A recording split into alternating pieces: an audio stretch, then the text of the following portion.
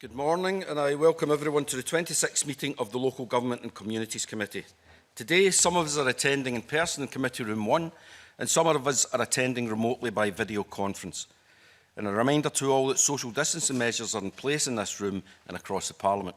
Please take care to observe these at all times this morning, including during breaks and when the meeting ends. And please put your mask on if you leave your seat for any time. I remind members in the room not to touch microphones or consoles during this meeting, as these will be operated remotely by broadcasting staff. Please ensure all mobile phones are on silent. For those attending remotely, broadcasting will operate your camera and microphone as usual. Please allow a short pause before being called on to speak to allow them to do so. We'll now go on to agenda item 1. Today's main business is consideration of the Period Products Free Provision Scotland Bill at Stage 2. But first, item 1, we have consideration of whether to take agenda items 4 and 5 in private. Item 4 is consideration of witnesses at Stage 1 of the European Charter of Local Self-Government and Cooperation Scotland Bill. Item 5 is consideration of a draft letter to the Scottish Government on pre-budget scrutiny 2021-22. As some members are meeting remotely, rather than asking whether everyone agrees, I will instead ask if anyone objects. If there is silence, I will assume you're content. Does anyone object? Okay, thank you. In that case, that is agreed. Items 4 and 5 will be taken in private. Agenda item 2 is consideration of negative instrument 294 as listed on the agenda, and I refer members to paper number 1. The instrument is laid under the negative procedure, which means that its provisions will come into force unless the Parliament agrees to a motion to annul it. No motions to annul have been laid.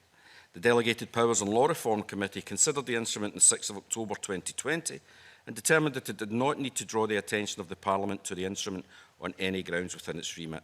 Do members have any comments on the instrument? Okay, I then invite the committee to agree that it does not wish to make any further recommendations in relation to this instrument. Are we agreed? Thank you.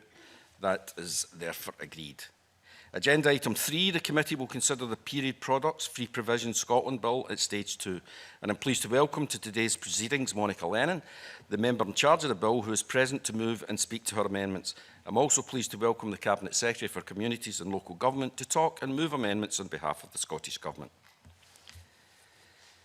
This is the committee's first experience of Stage 2 proceedings at a hybrid meeting. For information, if there are any votes on amendments, I will call the vote alphabetically by roll call to aid recording and transparency.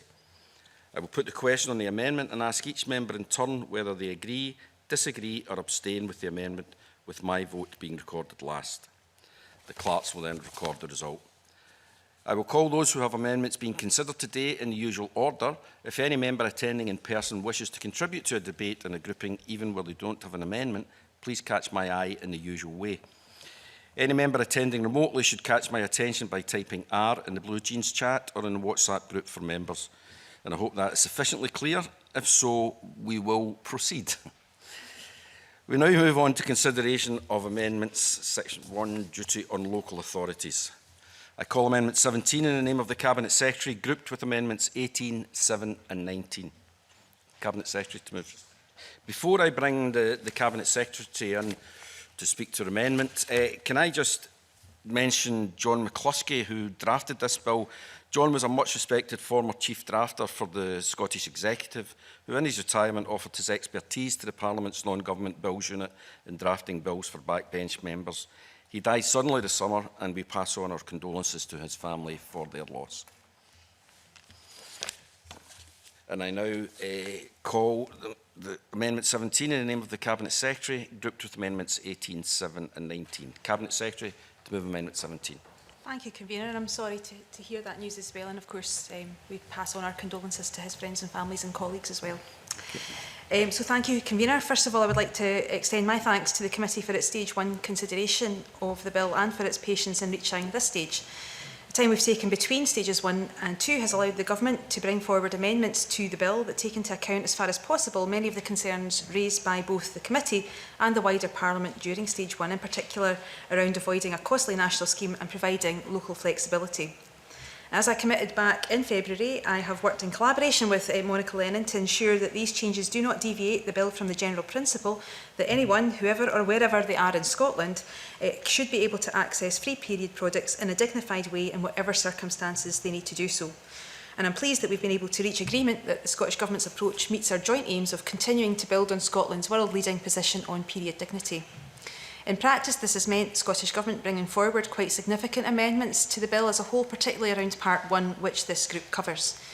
Amendment 17 is a significant amendment. It replaces Section 1 of the bill with a duty on local authorities to make period products available for free in Scotland for anyone who needs to use them, protecting in law universal access to period products. Placing a duty on local authorities in this way means that we can avoid the need for subsequent regulations to set out how a right to products should be delivered. The duty requires local authorities to put in place arrangements to ensure that anyone who needs to obtain period products can do so. This approach takes account of the views expressed by COSLA at stage 1 that delivery of universal, open and free access to period products should focus on localism, allowing the way that duties are fulfilled to take account of local circumstances and the views and needs of local people. In recognition of the fact that some people might struggle to access products themselves, the amendment retains the flexibility for products to be obtained by someone on behalf of another person.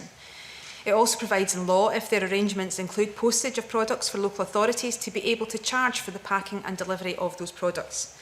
However, if this is the only way that a person might be able to access free products through local authority arrangements, then packing and delivery must also be free. In both of those instances, however, the products themselves must be free of charge. The amendment has also been drafted to ensure that the duty only applies to individuals within Scotland. However, the duty is also flexible enough to allow for persons resident in Scotland who are leaving the country for a short period of time to take sufficient products to meet their needs while they are outside of Scotland. Amendments 7, 18 and 19 are consequential. They remove sections 2, 3 and 4 from the bill. The provisions in these sections related to the original section 1 and so they are no longer required. Amendment 7 was lodged by Monica Lennon in recognition of the fact that there was little support from either stakeholders or the committee for the preliminary procedure for a national voucher scheme, and the Scottish Government certainly welcomes and supports that amendment. So taken as a group, Amendments 7 and 17 to 19 simplify the bill. In the bill as introduced, the duty required to give effect to the right conferred by Section 1 required a bureaucratic national scheme and possibly involved a number of different types of body. In the bill, as amended by this group, responsibility now lies with only one type of body, local authorities. And these amendments also reduce the cost of the bill through avoiding the need for complex national bureaucratic arrangements. So I move Amendment 17 in my name. Thank you very much. Monica Lennon to speak to Amendment 7 and other amendments in the group. Good morning, Convener, and I want to thank you for your opening remarks in tribute to John McCluskey. I'm very grateful to John for his hard work on the bill and, of course, express my condolences to his family and friends also. I'm pleased that the Cabinet Secretary and I have been able to work together to bring forward amendments to the bill as introduced, which will result in a piece of legislation which meets my original policy intentions. And I'm also grateful to the members of this committee for their work in considering the bill. As already indicated, I have indicated support for all the amendments lodged in the name of the Cabinet Secretary, and I'm pleased to note that she is prepared to support all of those lodged in my name following our discussions. As the new provisions provided by Amendment 17 should protect in law universal access to free period products, I am content to support the amendment. As the Cabinet Secretary has outlined, this amendment shifts from a direct duty on ministers to a duty on local authorities, which reflects the current arrangements. And I'm satisfied that the amendment will achieve the same outcome, which guarantees free universal access to period products. Amendment 7 in my name removed Section 3 and was lodged to address concerns by members, in particular in relation to the possible use of a voucher scheme and preliminary procedure. The way Amendment 17 is drafted also makes Section 3 of the bill unnecessary, so my Amendment 7 is still required, even though the context has now changed. I will therefore move Amendment 7 when it is reached, and I have nothing further to add to what the Cabinet Secretary has said on Amendments 18 and 19. Thank you very much, Monica. Andy? Thanks very much, Convener, and first of all, I congratulate Monica Lennon and Aileen Campbell for their obvious hard work over the past few months. Yes, I just have a question about the new Amendment 17 and subsection 4, for the purposes of subsection 2, and the needs of a person who lives in Scotland are to be regarded as all arising while in Scotland. Is that the amendment that gives effect to your policy intention that someone who leaves Scotland for a short time can take products? What is the meaning of subsection 4? I think it's just to be clear that it's to provide support for people who are residing in Scotland while they're here, and I guess that would also enable that last point that I made in my opening remarks around the ability for people to take provision away if they need to when they're not in Scotland. So yeah, it would. Okay. Thanks. Thank you very much. Anybody else wish to contribute? No. In that case, Cabinet Secretary, would you like to wind up and press or withdraw the amendment? Thank you, Convener, and again thank the committee for their recognition and Andy Whiteman's recognition of the work that Monica Lennon and myself and the teams that were both supporting us have done to try and get to this stage, and we'll also want to put on record our thanks to COSLA for their support to this approach.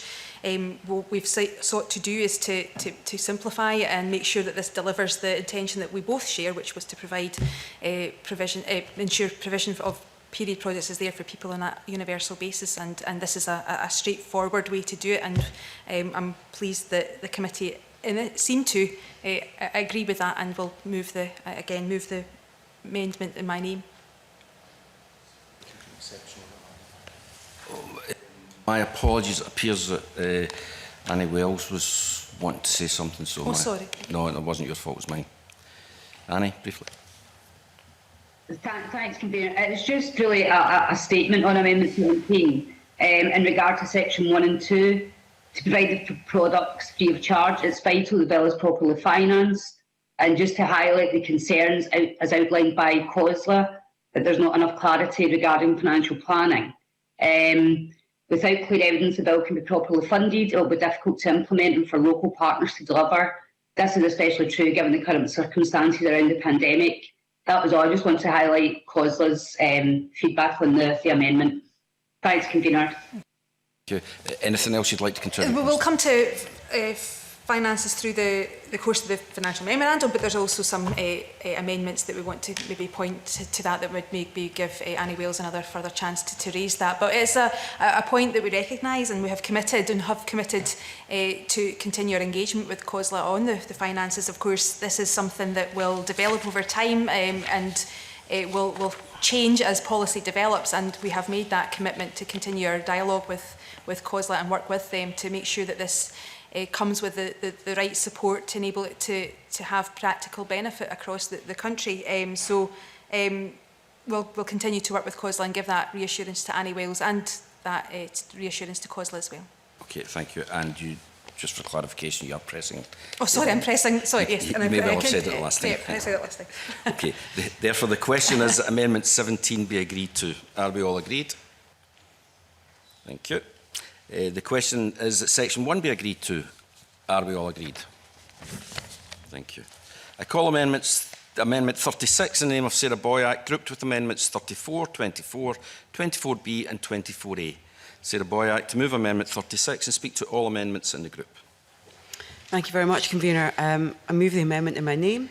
I'm very glad that we are here today to debate Stage 2 of the Period Products Free Provision Bill.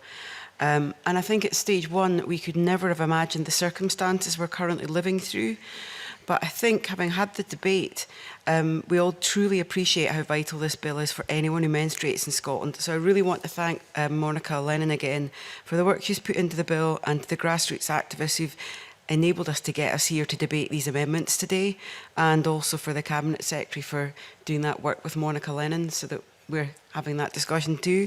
I think this legislation is vital in underpinning the policies which might already be in place on the ground to ensure that they're not eroded, for example, by any efficiency savings or financial challenges that come about in the future.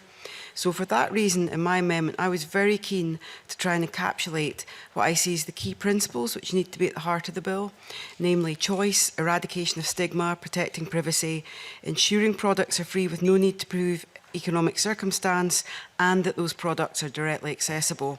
And I've developed this amendment alongside Engender, who I do want to thank for their input and for their support for this bill from the very beginning, and also to the clerks who've helped me draft it.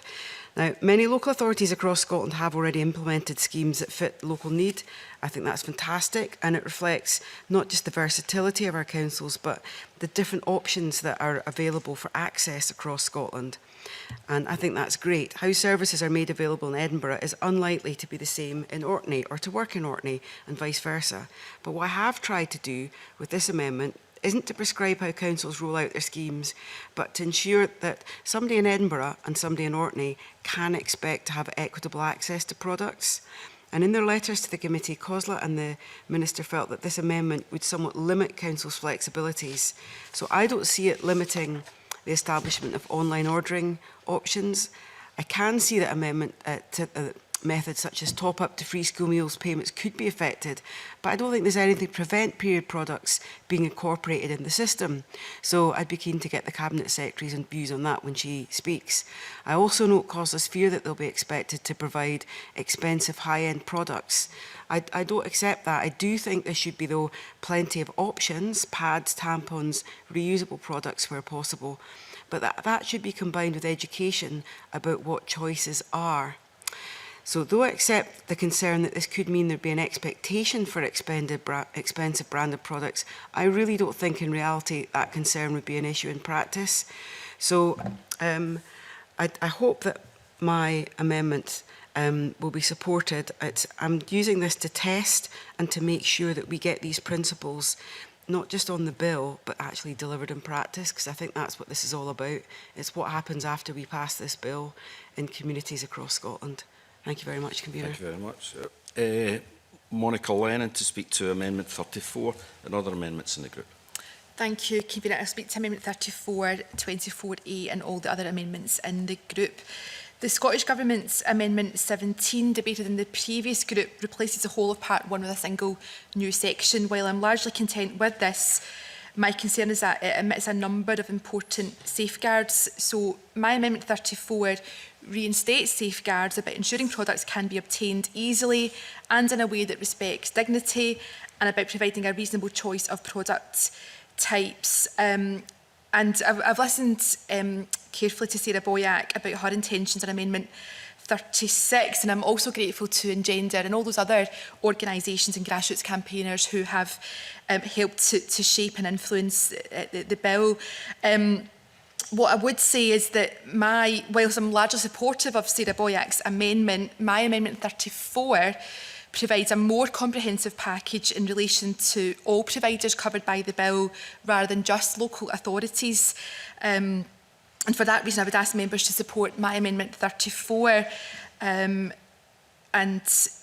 the Cabinet Secretary may say more, because I think if we have both 34 and 36, it could get a little bit untidy, but I'm sure we can hopefully clear that up. Amendment 24 creates a new section requiring ministers to issue guidance to responsible bodies on how to fulfil their duties to provide period products and to publicise the availability of those products. I understand that Alexander Stewart, who we've not heard from yet, but his Amendment 24B relates to guidance to local authorities on delivery models for period products. On balance, I don't believe it's necessary for this issue to be covered in guidance, as it will be for local authorities to decide where postal or other types of delivery is included in their arrangements. And Amendment 24A is a consequential amendment to Amendment 34 in the name of the Cabinet Secretary, and ensures that guidance issued by ministers also covers the new requirements about safeguards. Thank you very much. Cabinet Secretary to speak to Amendment 24 and other amendments in the group. Thank you, Convener. I think Sarah Boyack's opening remarks that when we had the Stage 1 debate and not fully recognising where we might be when we're debating Stage 2 is certainly an understatement, but nonetheless it's not stopped myself and Monica Lennon from working hard to try and make sure that we commit to what we pledged in Stage 1, which was to bring forward Stage 2 amendments to make this bill work. So I want to first mention Monica Lennon's Amendment 34. Scottish Government believes that it is important that in fulfilling their functions under this bill, that responsible bodies have a duty to put in place a high standard of delivery that will continue to build on existing world-leading policies that have dignity and choice at their core. So I thank again Monica Lennon for her commitment to retain dignity, ease of access and choice on the face of the bill, which is really important. And I agree that these are principles that someone who needs to access free period products should expect to be met, which is why I supported this amendment when it was lodged. Inclusion of these provisions will support a high standard of delivery in any setting. Amendment 36 in the name of Sarah Boyack seeks to add some similar provisions to those in Amendment 34, but only in relation to local authorities. So again, I want to thank Sarah Boyack for the work that she's done on these amendments and for the recognition of the need for local flexibility. And I don't think this was intended, but it does suggest that education providers or other public bodies do not need to consider the issues of dignity and choice in their delivery. So in terms of the content of Amendment 36, Scottish Government broadly supports the intent behind the majority of this.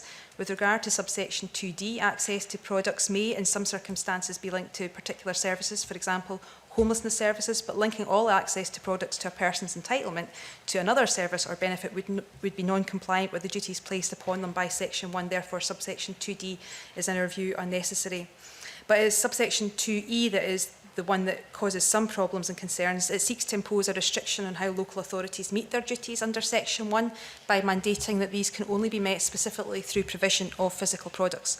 The effect of this subsection would be to remove the flexibility that local authorities have requested and that the Scottish Government have sought to maintain.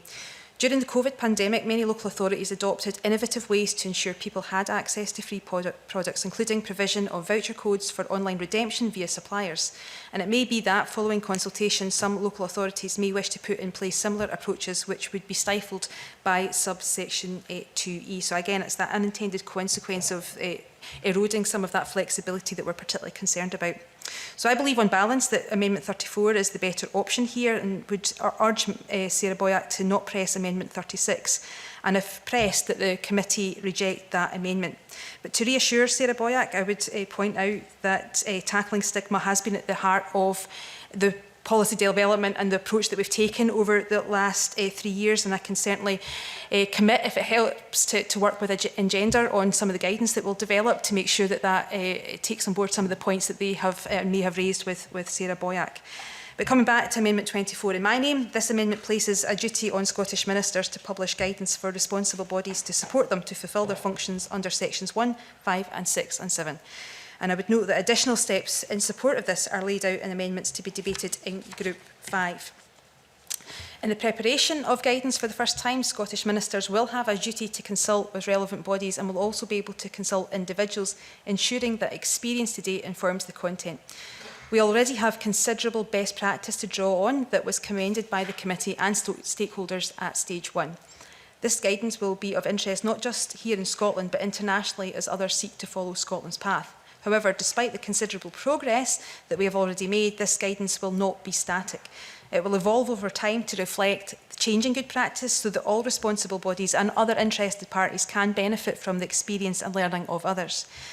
In addition to address points raised during stage 1, we expect the guidance to be clear that it is particularly important responsible bodies consider the needs of those who may face particular difficulties in accessing free products, for example, disabled people or those with caring responsibilities. So Monica Lennon's Amendment 24A seeks to ensure that guidance specifically makes reference to the particular requirements on choice, ease of access and dignity added by Amendment 34. So we believe this is important so that responsible bodies fully understand what these particular requirements mean in terms of their delivery arrangements, and Scottish Government therefore supports Amendment 24A. Amendment 24B by Alexander Stewart seeks to mandate that this guidance must also specifically include guidance in relation to section 1.3b. This provision was included in section 1 as otherwise local authorities would be legally obliged to bear the cost of packaging and delivery of products under section 1, and it is permissive rather than directive provision only for where local authorities choose to include postal delivery as part of their arrangements. The guidance will, however, cover all duties under sections 1, 5, 6 and 7, and we do not consider it necessary to mandate that it specifically covers this issue. So the Scottish Government therefore does not support Amendment 24B. Alexander Stewart to speak to Amendment 24B and other amendments.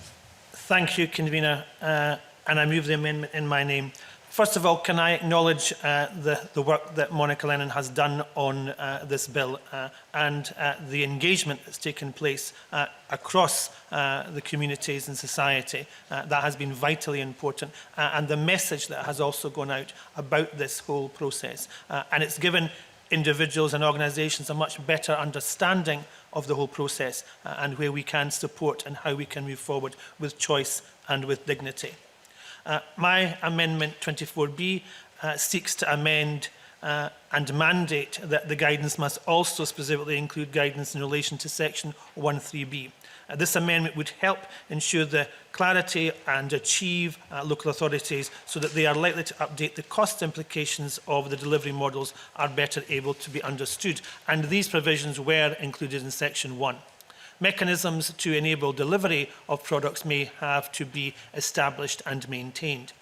Convener, I note the concerns raised by COSLA and how they indicate that flexibility should be applied. And I also note the comments made by the Scottish Government and the Cabinet Secretary today about the necessity to mandate and how they do not believe that is the case. And I take on board some of the views that have been expressed by the Cabinet Secretary this morning and by Monica Lennon. And I think there is an understanding of what Monica Lennon's 24A would achieve, and in reality then mines may not achieve the same. So I acknowledge that, and I think that there is room for that to be achieved. So I think in reality, Convener, when it comes to the point, I may not press my amendment, because I do acknowledge the work that already has taken place between the member and the Cabinet Secretary.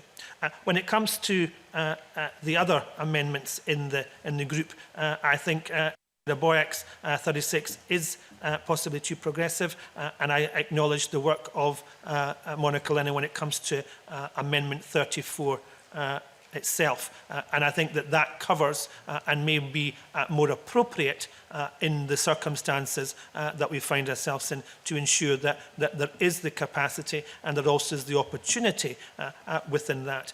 So I am content, Convener, and thank you for that. Thank you very much. Andy, I believe you want to come in. Yes, thank you very much, Convener. The bill, as far as I can see now, in terms of the way forward, incorporates a clear duty, which is important, and incorporates the principle of flexibility, which is important, and also is focused on local authorities as a delivery vehicle, and I think that's a very important step forward as well. And given the need for flexibility, given the need that it's focused on local authorities, and they're the duty holders principally in this bill, I think it's inappropriate at this stage to be passing Amendment 36 and 24B, although I recognise the intention behind Sarah Boyack's Amendment 36, and I don't rule out the possibility of further amendments at stage 3, perhaps to incorporate some of the heart of what's intended there. I think the amount of work that's been done to date on this is impressive. The fact that COSLA is by and large on board and has been engaged in these conversations, I think, is incredibly important. And I'm mindful of what COSLA say in their evidence in relationship to the amendments that have been presented today. And therefore, I'm not minded to support 36 or 24B, but support the rest of the amendments in this group. Thank you, Convener. Thank you very much. And Sarah, would you like to wind up and then press or withdraw?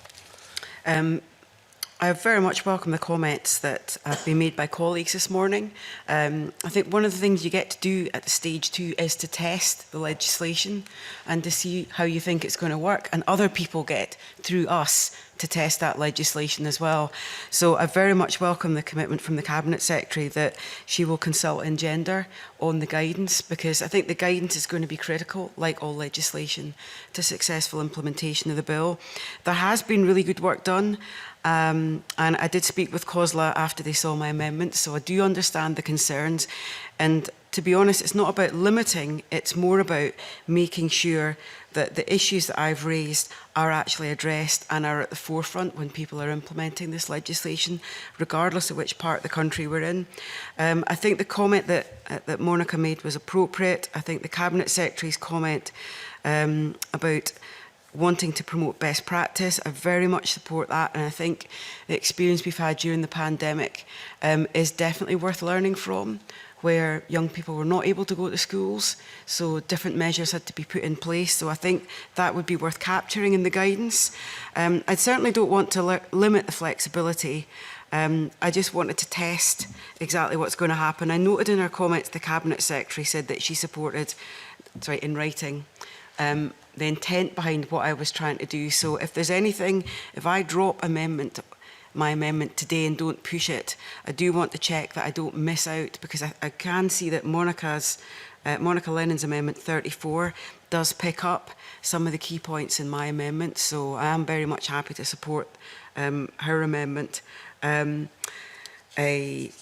I won't press today, but I think what we're trying to do is just make sure that this legislation is as good as it can be, and I think that's really what we've got to do with this stage. So I won't press my amendment today, and I hope maybe in the next few weeks before we get to stage 3, that if there's anything that is in here that could come back in at stage 3, that we do that. We don't just. Do you want to intervene, or I can pick up afterwards? I'm not sure. Am I able? Because I'm just commit to kind of working with Sarah Boyack to if that is helpful for her, to give her reassurance that if there are concerns that not pressing this means that there's gaps, then I'm sure that's also something that Monica Lennon would want to make sure it as well. I think it's in all of our interest to make sure that we get this legislation as good as it can be, and to make sure that if we do progress with any element of this, that we don't have unintended consequences, because I think we all want to make sure that flexibility, local circumstances, local context is recognised to enable the best approach to be taken for particular areas, and that the Orkney might not be the same as Edinburgh, and I think that was the two authorities that Sarah Boyack picked out. But yeah, we want to make sure that the guidance is as good as it can be, and that has to be involving lots of people and organisations, and again we'll just underline that commitment to work within gender if that gives further reassurance that this is something we'll happily work with her on. Okay. On that, Convener. And in terms of Alexander Stewart's amendment, I think there are similar issues there in terms of what Alexander's trying to achieve and making sure we get the legislation right. So I do also want to welcome the comments made in support of the principles that you've got in your amendment, even if we don't support it today. So on those points, I'll not press my amendment, if that's acceptable. At this stage, you wish to withdraw the amendment? Yes, right. I don't want to press it. Thank you very much. Sarah Boyack wishes to withdraw Amendment 36. Does any member present have any objection to this amendment being withdrawn? No. Okay, no objections. Amendment withdrawn. I then call Amendment 18 in the name of the Cabinet Secretary, already debated with Amendment 17. Cabinet Secretary to move or not move? Formally moved. Thank you. That question is that Amendment 18 be agreed to. Are we all agreed? Thank you. The question is that Section 2 be agreed to. Sorry? No, sorry. Right, okay. Right. I call Amendment 7 in the name of Monica Lennon, already debated with Amendment 17. Monica Lennon to move or not move? Convener. Thank you. The question is that Amendment 7 be agreed to. Are we all agreed? Agreed. Thank you. I call Amendment 19 in the name of the Cabinet Secretary, already debated with Amendment 17. Cabinet Secretary to move or not move? Moved. Thank you. The question is that Amendment 19 be agreed to. Are we all agreed? Agreed. I call Amendment 20 in the name of the Cabinet Secretary, grouped with Amendment 20A. Cabinet Secretary to move Amendment 20 and speak to both amendments in the group. Sorry, thank you, Convener. So Section 5 of the bill sets out additional provisions over and above the universal duties set out in Section 1 to provide an additional safety net for pupils and students to access free pre-read products while in their place of learning. This is an important element to the duties the bill will introduce.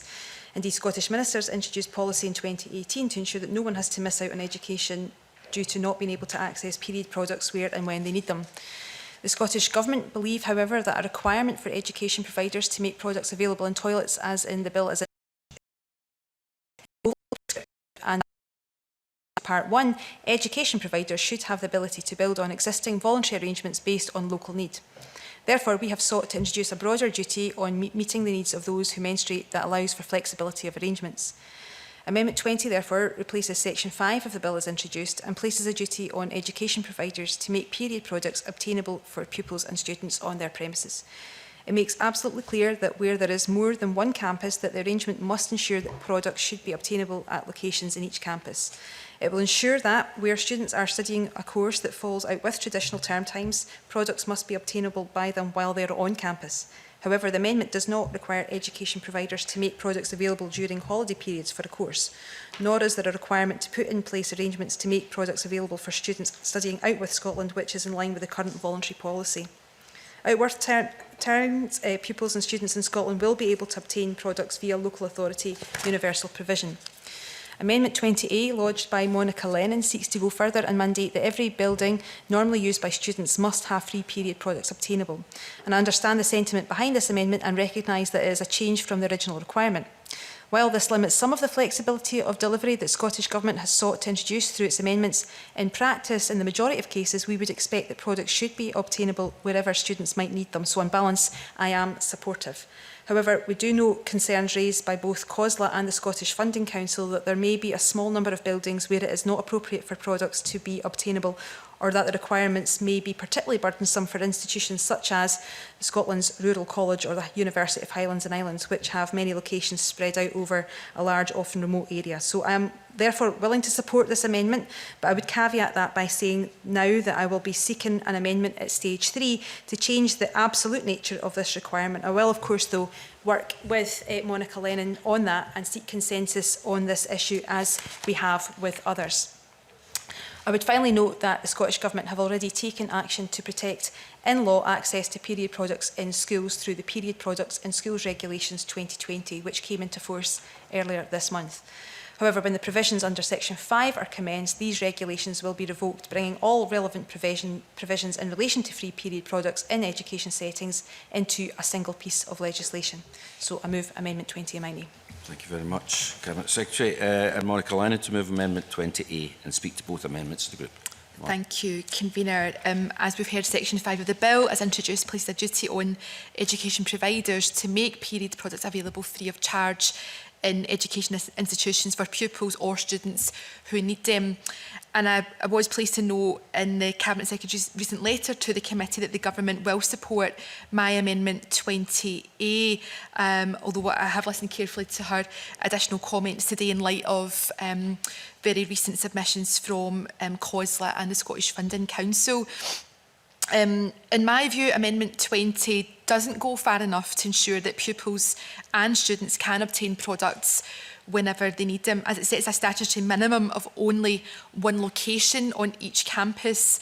My Amendment 20A would replace this with a stronger minimum requirement of one location in each building on the campus. But like the Cabinet Secretary, it's not my intention to stifle flexibility, and no one wants products lying in buildings where they would never be used. But I think that the principle is that buildings that would normally be used and accessed by students should have free provision. So I will be pressing Amendment 20A, but I very much will continue in discussion with the Cabinet Secretary and stakeholders on this matter ahead of stage 3. Thank you very much. Andy? Yes, thanks. Convener, it's Amendment 20A that I want to speak to. I mean, I'm very conscious of COSLA's evidence here. They say there may be scenarios where specific buildings are unsuitable or where it would be inefficient. They then go on to say that this could be considered as a default and in addition to the intended guidance. But what we're being invited to pass here is a statutory provision that says there must include at least one location in each building. So there's no scope for any flexibility that COSLA is looking for here if we pass this amendment. I understand the Cabinet Secretary said that she would work with the member at stage 3 to refine this. I just don't see the imperative to be passing this right now. In Amendment 20, subsection 3, in the name of the Cabinet Secretary, it says where an institution operates over a number of campuses in Scotland, The locations specified in the arrangements established and maintained under subsection 1 must include locations within each campus. Locations, plural. So in other words, within a campus, there must be more than one location. Now that, of course, could be more than one location in one building, but I think the sense of that is it'll be in different locations in the campus, at the east end of it, at the west end of it, etc. So I think that Amendment 20, subsection 3 there, could certainly be amplified a little bit, but I don't see the necessity for 20A at stage 2. I agree with the sentiment behind it, but I really don't see why we need to vote to include that now if the Cabinet Secretary is admitting that she will be seeking to further amend that at stage 3. So I'd be inclined to vote against Amendment 20A at this stage. Sarah? Thanks very much, Convener. I get the points that Andy Whiteman is making, but I also get why the amendment's been moved in the first place, because if you have a very large campus, as we certainly do in some of our higher education institutions in particular, which are not about being in different parts of the country, but even physically in the same part of the country. I can think the university I used to teach in, very large area, and you would be looking for several buildings to be covered. So I wonder if part of the issue here could be picked up is about consultation, because I would have thought that student associations are stakeholders that are really important, and you would want them to be consulted by higher education institutions in particular to make sure we're getting it right. I wasn't even thinking about this as a rural issue. I was thinking about urban campuses that are very large and, depending on students' classes, are not necessarily accessible to cover all of them. So I agree with the sentiment behind Monica Lennon's amendment, and what I'd like to see is that we could get a solution that if it was a large campus, just 2 locations might actually not be appropriate. So it's thinking about how we get this right on the ground. So I'm glad it's been raised, and I'd like to see this tested further. Thank you, Convener. Okay, thank you. You'll come in to wind up, Monica. Cabinet Secretary, to wind up on Amendment 20. Yeah, I think there's clearly consensus to get this right and to get the locations appropriate, and to being cognisant of the points that COSLA and others have raised about it. That's why we've pledged to further refine that at stage 3, because I do think, like Sarah Boyack has made mention, that there does require us to make sure that it's not just a minimum provision, but actually does cover and meets the needs of people. And I think consultation will be absolutely critical. So again, that's why we've sought to pledge to work with members on further refinement at stage 3 to make sure that it doesn't just end up being a minimum, that it does meet the needs of students and campuses, whatever that might look like and however that's configured, but is also cognisant of the points that have been raised that maybe has a bit of flex in from the absolute approach that has been taken with 20A. But in general, we have been supportive of the intent behind what Monica Lennon has sought to raise through her amendment. Monica. Thank you, Convener. I think this has been a helpful discussion. If I can maybe offer some clarity, it's not an absolute requirement. It applies only to buildings that are normally used by students. So, for example, a student moving on a typical day from their halls to the department where they study to the library, those are areas where you would normally find students. And I think Sarah Boyack's remarks are very helpful. There might have been a slight misunderstanding on Andy Whiteman's part, which is unusual for Andy Whiteman, but it's not a requirement for products in each building, only in each building normally used by students. But I accept that there is a need for further discussion and consultation with the key stakeholders that have been referenced today, and I'm happy to engage in that work. But there has been a lot of discussion on this issue, and again, there's lots of really good practice I think we can draw on. We've even seen that during the pandemic in very recent weeks, when students have had to self-isolate and period products have had to be brought to them as part of that experience. So I know that there's lots of good examples that we can draw on. No one wants period products sitting in cupboards or in empty buildings where they'll never be needed. But equally well, we don't want students going about their learning throughout the campus and finding that they can't access products when they need them. And that's really what my aspiration is, to make sure that where you would normally find students, they will have easy access to free period products. And I take it on that basis that you're going to press. I will press Amendment 20A, Convener, yeah. Thank you very much. In that case, the question is that Amendment 20A be agreed to. Are we all agreed? Okay. The Amendment 20 is not agreed to, so we will have a roll call. Yes, yes, no, or abstain, starting with yourself, Sarah. Yes. Thank you. Keith? Keith Brown? Yes. That's a yes by Sarah Boyd. Yes by Keith Brown. Alexander Stewart? Yes, Convener. Thank you. Annie Wells? Yes, Convener. Thank you. Yes. Yeah, it's a yes from Annie Wells. Andy Whiteman? No. It's a no from Andy Whiteman, and it's a yes from myself. Therefore, the vote is 5 for the amendment, 20A, and 1 opposed. Okay. Yeah. Gail Ross is absent at this moment, so unfortunately she couldn't take place in that vote. Take part in that vote.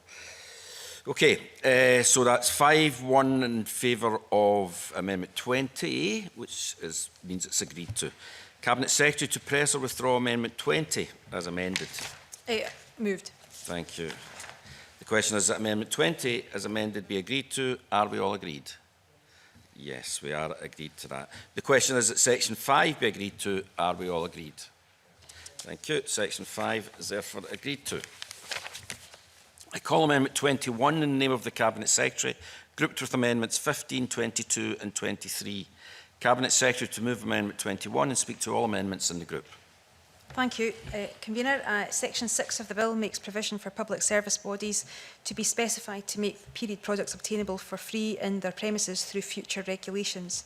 Scottish ministers have no plans at this point to specify any bodies via Section 6, but believe that this is an important power to allow for future expansion of the scope of the Act if this is deemed necessary. Amendments 15 and 21 to 23 make changes to this section. Amendment 21 provides that any future specified public bodies only have to make free products obtainable to meet the needs of a person while they're on the premises of that body. There will be no obligation on such bodies to make available bulk volumes of products for wider use, which is provided for in Section 1. In addition, in line with Section 5, if a body operates over different sites, products must be obtainable for free at locations at each site. Amendment 21 also leaves out the original subsection 2, which gave the Scottish ministers the power to specify how, where and when bodies should make products available. Instead, under the new provisions introduced by amendments that we will come to in a later group, bodies specified under Section 6 will follow the same process as local authorities and education providers. Amendment 15, in the name of Monica Lennon, adjusts the wording of subsection 5 to ensure that all bodies being specified are individually consulted in advance of specification, and Scottish Government supports this technical amendment. Amendment 22 brings provisions in relation to the regulations that are required to specify a public service body under Section 6 within this body of that section, and it states that regulations to specify a body under Section 6 should be subject to the affirmative procedure, aiming to ensure sufficient scrutiny of the specification of any new public service body under this section.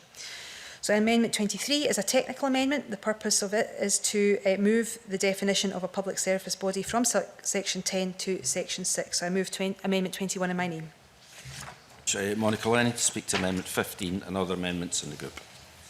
Thank you, Convener. On Amendments 21, 22 and 23, I have nothing further to add to what the Cabinet Secretary has said. To further expand on the Cabinet Secretary's comments to my Amendment 15, it's a technical amendment for clarification. Section 6.5 is there to ensure that if ministers wish to specify a class of public service body in regulations, they must first consult every body that is a member of the class. The current drafting of 6.5 wrongly suggests that these bodies are specified first and then consulted. The amendment adjusts the wording of the subsection to make clear the order in which things are to happen, and I've got nothing further to say about that. Thank you very much. Any other members wish to participate? In that case, Cabinet Secretary, would you like to wind up? Thank you, Convener. The group relates to important sections, minor but important sections of the bill that allow ministers to expand the bodies who have duties to make free period products obtainable in the future, and comes with the necessary scrutiny that might be required if that is to happen. So again, I'm grateful for the support that the committee may give to this, so I continue to press the motion in my name. Thank you very much. The question is that Amendment 21 be agreed to. Are we all agreed? Amendment 21 is agreed. I call Amendment 15 in the name of Monica Lennon, already debated with Amendment 21. Monica Lennon, to move or not move? Moved. Thank you. The question is that Amendment 15 be agreed to. Are we all agreed? Amendment 15 is therefore agreed to. I call Amendment 22 in the name of the Cabinet Secretary, already debated with Amendment 21. Cabinet Secretary, to move or not move? Formally moved. Thank you. The question is that Amendment 22 be agreed to. Are we all agreed? Amendment 22 is therefore agreed to. I call Amendment 23 in the name of the Cabinet Secretary, already debated with Amendment 21. Cabinet Secretary, to move or not move? Formally moved. Thank you. The question is that Amendment 23 be agreed to. Are we all agreed? All agreed. Amendment 23 is therefore agreed to. The question is that Section 6 be agreed to. Are we all agreed? Thank you. We all agreed. Section 6 is therefore agreed to. I call Amendment 34 in the name of Monica Lennon, already debated with Amendment 36. Monica Lennon, to move or not move? Moved. Thank you. The question is that Amendment 34 be agreed to. Are we all agreed? Thank you. The Amendment 34 is therefore agreed to. I call Amendment 24 in the name of the Cabinet Secretary, already debated with Amendment 36. Cabinet Secretary, to move or not move? Moved. I call Amendment 24B in the name of Alexander Stewart, already debated with Amendment 36. Alexander Stewart, to move or not move? Not move, President. Thank you. The question, call Amendment 24A in the name of Monica Lennon, already debated with Amendment 36. Monica Lennon, to move or not move? Moved. Thank you. The question is that Amendment 24A be agreed to. Are we all agreed? Thank you. 24A is agreed to. The Cabinet Secretary to press or withdraw Amendment 24 as amended. Moved. The question therefore is that Amendment 24 as amended be agreed to. Are we all agreed? Agreed. Thank you. I call Amendment 25 in the name of the Cabinet Secretary, grouped with Amendments 25A, 26, 27 and 35. Cabinet Secretary to move Amendment 25 and speak to all amendments in the group. Thank you, Convener. The Scottish Government wants to see as high a standard as possible of delivery of the duties under this bill, and the guidance introduced through Amendment 24 will set the high-level framework for local delivery, but it will be for responsible bodies to develop their own local arrangements to fulfil their duties. The next step in the quality assurance process is set out in Amendment 25, which would place a duty on responsible bodies to produce and publish a statement summarising how they will exercise their functions under Sections 1, 5 and 6, including how they have had regard to the guidance. Amendment 25A, in the name of Monica Lennon, adds in a requirement for responsible bodies to ensure that this statement specifically makes reference to how the arrangements they have put in place take account of the particular requirements on choice, ease of access and dignity added by Amendment 34. So I fully agree that it is important for the purposes of local accountability that the statements should specifically set this out, and so the Scottish Government is supportive of Amendment 25A. The final step in the process is possibly the most important, as it will ensure that local needs and views are taken into account when responsible bodies are putting in place their arrangements. Amendment 26 does this through placing a duty on responsible bodies to consult with persons who will need to access free products through their duties under Section 1, 5 and 6. Responsible bodies will not be able to produce a statement on how they will exercise their functions without first carrying out that consultation. The guidance under Amendment 24 is likely to include guidance on this consultation process. However, Amendment 26 sets out a number of specific issues which must be covered in the consultation, including where, how and which free products should be made obtainable. And it's also important for people who need to access free products that information is widely available on where, how and when they are obtainable for free. Amendment 27 replaces Section 7 of the bill as introduced, which would have placed this duty on Scottish ministers. This now falls on all responsible bodies under duties under Sections 1, 5 or 6. So taken as a whole, Amendments 25 to 27, along with amendments already debated in an earlier group, set out practical details to ensure existing high standards of delivery are maintained and built on. So I now turn to Amendment 35 in the name of Annie Wales, and I understand the reasoning behind this amendment. However, it raises a number of concerns. It seeks to impose duties on all responsible bodies to report on the exercise of their functions under the Act. So it mandates reporting annually. However, in practice, this means that local authorities would have to report twice, once at the end of the financial year in relation to Section 1 duties, and then again at the end of the academic year in relation to Section 5 duties. Responsible bodies must consult with individuals in the local authority area, students, pupils and product users as appropriate in preparing their reports. Having to undertake such an exercise and produce a report every year would be a significant burden on responsible bodies, particularly so local authorities, particularly when considered alongside the duties the bill places on them around consultation and publication of a statement on exercise of their functions. So I'd also like to note that subsection 1C also doesn't sit well within this bill, which seeks to put in place universal access to free period products for anyone who needs them, and is therefore framed around equality and not simply around tackling poverty. The consensus at stage 1, as set out in the committee's report, was that we should view this policy and bill through a lens of period dignity rather than period poverty. So putting in place a duty to make free period products widely obtainable is not in itself likely to be a key driver in reducing poverty. Therefore, seeking to mandate reporting on how the Act is contributing to tackling the root causes of poverty relating to period products is not appropriate, though it is well-intentioned. So I would urge Ms Wells not to press Amendment 35. However, we understand the broad intent behind the amendment and happy to consider whether Scottish Government amendment at stage 3 on this point is appropriate. So I move Amendment 25 in my name. Thank you very much. Monica Lennon to move Amendment 25A and speak to all amendments in the group. Thank you, Convener. On Amendments 25, 26 and 27, nothing further to add on those amendments. My Amendment 25A is a consequential amendment to Amendment 34. It requires that these statements must include responsible bodies' plans for ensuring products can be obtained easily and in a way that respects dignity, and about providing a reasonable choice of product types. And I'm grateful to the Cabinet Secretary's comments on that amendment. In relation to Annie Wells's Amendment 35 on the requirements regarding publishing of reports by responsible bodies, I do agree with the Cabinet Secretary's view that such a requirement could represent a significant and disproportionate burden on responsible bodies. However, I would be happy to discuss any further amendments on this area which might be proposed at stage 3 with Annie Wales well in advance. Amendment 35 and other amendments in the group. Annie? Thanks very much to the Cabinet Secretary and Monica Lennon for understanding the intent of the amendment. I have listened to the feedback from stakeholders such as COSLA as well. And on this occasion, I don't see that I want to progress this amendment any further at this stage, but would welcome the opportunity to discuss with the Cabinet Secretary and Monica Lennon going forward for stage 3. Thank you very much. Convener. Thank you, Annie. Cabinet Secretary, would you like to wind up on Amendment 25? No, thank you.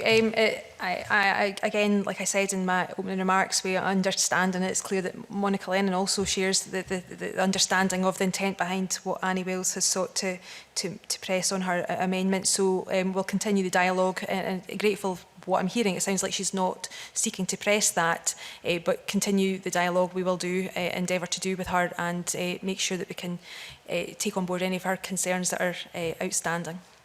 Thank you. Monica, would you like to wind up on Amendment 25A? Thanks, Convener. Just briefly to echo what the Cabinet Secretary said, and also to say thank you to Annie Wales for her interest, and we'll be more than happy to further discussions, and just simply to move 25A. Thank you. The question therefore is that Amendment 25A be agreed to. Are we all agreed? We are. 25A is agreed to. Cabinet Secretary to press or withdraw Amendment 25 as amended? Moved. Thank you. The question is that Amendment 25 as amended be agreed to. Are we all agreed? Thank you. I call Amendment 26 in the name of the Cabinet Secretary, already debated with Amendment 25. Cabinet Secretary to move or not move? Moved. The question is that Amendment 26 be agreed to. Are we all agreed? We are agreed. I call Amendment 27 in the name of the Cabinet Secretary, already debated with Amendment 25. Cabinet Secretary to move or not? Moved. The question is that Amendment 27 be agreed to. Are we all agreed? Agreed. The question is that Section 7 be agreed to. Are we all agreed? Thank you very much. Section 7 is therefore agreed to. I call Amendment 35 in the name of Annie Wells, already debated with Amendment 25. Annie Wells to move or not move? Convener. Thank you. It was not moved. Yeah. Okay, just move on in that one. I call Amendment 28 in the name of the Cabinet Secretary, grouped with Amendments 29, 30 and 31. This group contains a number of amendments relating to general provisions in the bill all in my name. Section 8 of the bill, as introduced, makes provision for Scottish ministers to make payments in relation to any act of the Scottish Parliament arising from this bill. Concerns were raised about this provision by the committee during stage 1, including its permissive rather than mandatory nature. In addition, existing mechanisms already allow for Scottish ministers to make payments to public bodies specified or likely to be specified in future under the Act, namely local authorities, education providers and other public service bodies. We have a concern about this provision setting a precedent for placing local authority funding requirements on the face of legislation when in fact the funding required does not require any additional statutory basis.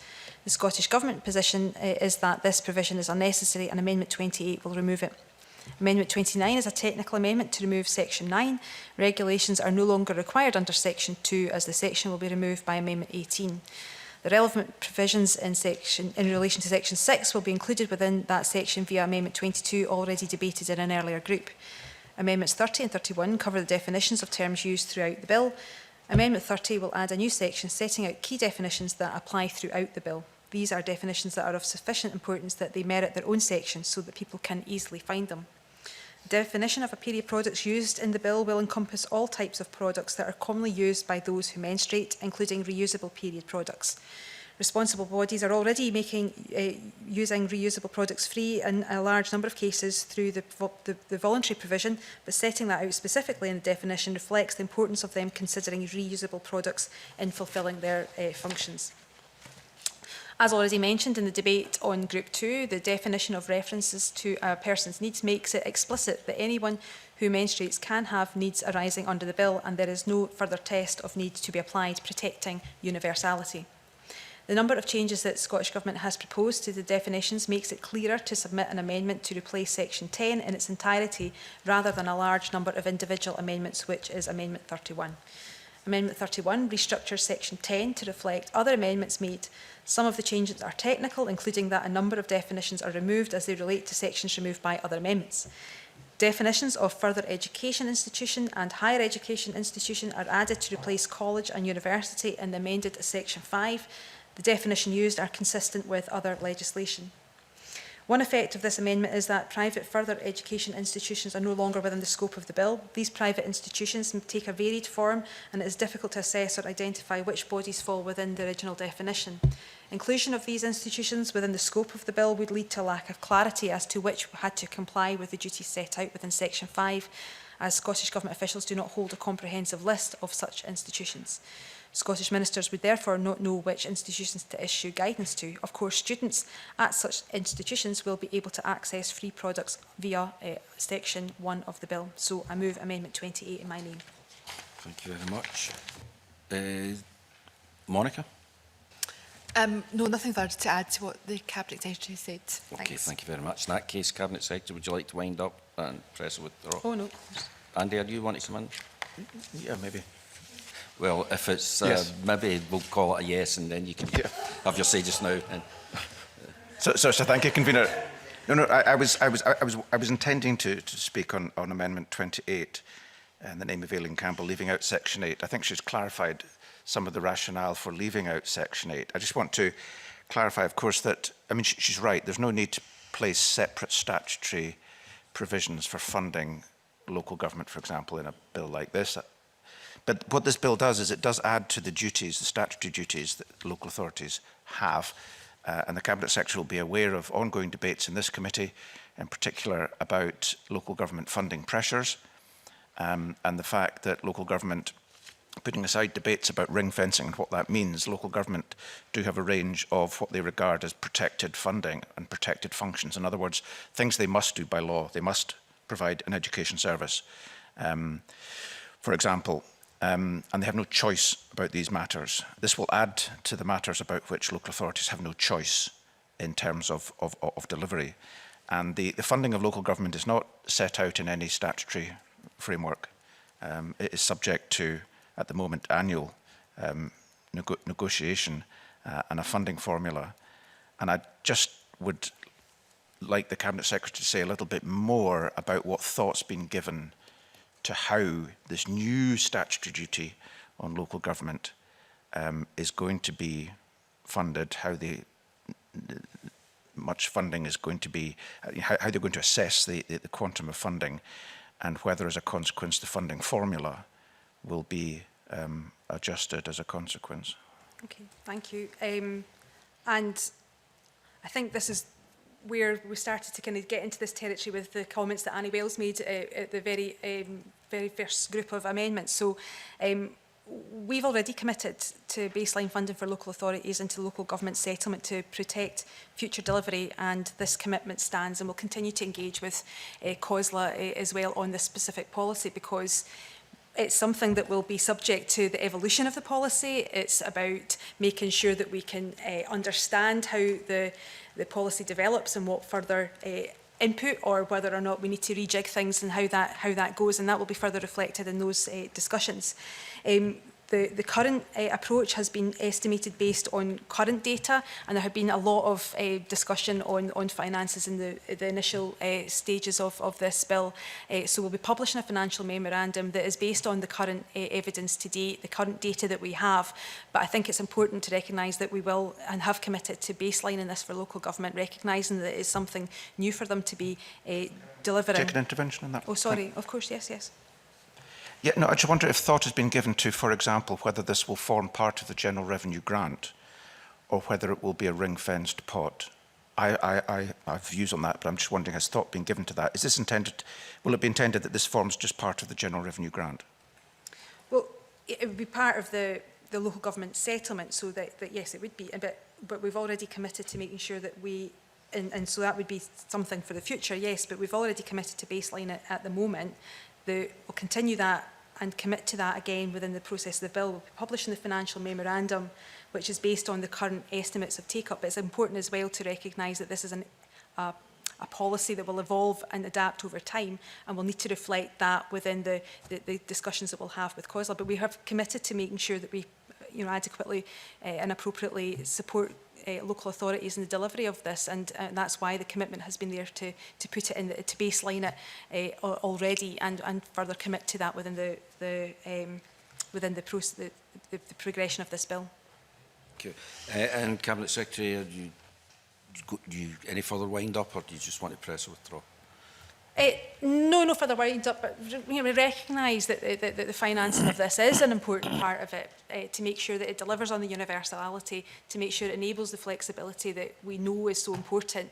We've already done a lot and invested a lot, provided a lot to local authorities, worked with them in a practical sense as well, and because of the legislation, that approach is no different. That will not disrupt that approach that we seek to take. So again, I can take on board the relevant and legitimate points that Andy Whiteman has made, and others will no doubt want to make in the course of possibly stage 3, but I give that commitment that we'll continue to work with COSLA, that we've baselined it already, and we'll continue with that commitment.